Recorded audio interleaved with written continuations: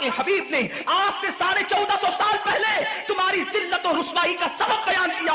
इकबाल वो ना रोते हैं वाए नाकामी मताए कारवां जाता रहा, कारवां के दिल से एहसासे जिया जाता रहा। माह रमजान में शराब के अड्डों को आबाद करने वाले, माह रमजान में जिना के अड्डों को आबाद करने वाले, माह रमजान में छुप छुप कर खाने वाले, माह रमजान में अल्लाह अकबर अपने हाथों की उंगलियों से इंटरनेट के जो बटन को छेड़ करके जिना के मनाजिर देखने वाले, अपने माँ बाप का दिल दुखाने वाले, लोगों पे जुल्म करने वाले, नमाज के औकात में बिस्तर की पे सुकून की नींद सोने वाले, दिल खोलकर कान खोलकर अपने ईमान के कानों से, अपनी गैरत के कानों से, अपने दिल के कानों से मेरे नबी की हदीस को सुन लो। अल्लाह के हबीब सल्लल्लाहु अलैहि वसल्लम फरमाते हैं मेरी उम्मत को उस वक्त तक कोई रुसवा नहीं कर सकेगा, मेरी उम्मत को उस वक्त तक कोई जलील नहीं कर सकेगा जब तक उम्मत माह रमजान शरीफ का एहतराम करती रहेगी। हजरत उम्मे हानी ने पूछा या रसूल अल्लाह माह रमजान शरीफ का एहतराम करना क्या है और रमजान शरीफ का हक ज़ाय करना क्या है?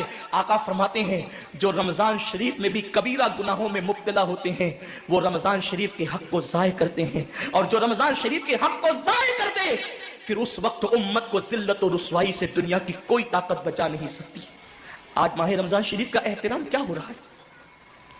कल तक के मुसलमान और दिनों में गुनाह करते थे, लेकिन रमजान शरीफ आता था तो कम से कम फिल्में लोग देखना बंद कर देते थे, दाढ़ियां मुंडाना बंद कर देते थे, मस्जिदों को आबाद करना शुरू कर देते थे। अब तो लोग किस कदर बेबाक हो गए, किस कदर निडर हो गए कि रमजान शरीफ में भी लोग अपने आप को गुनाहों से नहीं रोकते, बल्कि मेरी कौम का जवान बड़े धड़ल्ले से कहता है यार अपने से रोजा नहीं रखा जाता इसलिए कि हमें तो गुटके की आदत है, हमें तो पान की आदत है, हमें तो सिगरेट की आदत है। शर्म करो, शर्म करो। नबी के नाम पे जान कुर्बान करने की बात करने वालों, जो नबी के नाम पर 12-16 घंटे भूखे और प्यासे न रह सके वो नबी के नाम पे जान क्या कुर्बान कर सकते? और जब से तुमने एहतराम रमजानुल मुबारक तर्क कर दिया तुम्हारी आबरू को लोगों ने खेल बना लिया, और अब तो लोगों को एहसास गुनाह भी नहीं रहा, एहसास जुर्म भी नहीं रहा। गुनाह के साथ अगर एहसास गुनाह इंसान की जिंदगी में है तो इंसान अपने आप को गुनाहों से बचा लेता है, लेकिन अब हमारे अंदर एहसास गुनाह नहीं। अब तो हम गुनाह को हुनर समझते हैं, अब तो हम गुनाहों को फैशन समझते हैं। एहसास गुनाह क्या है?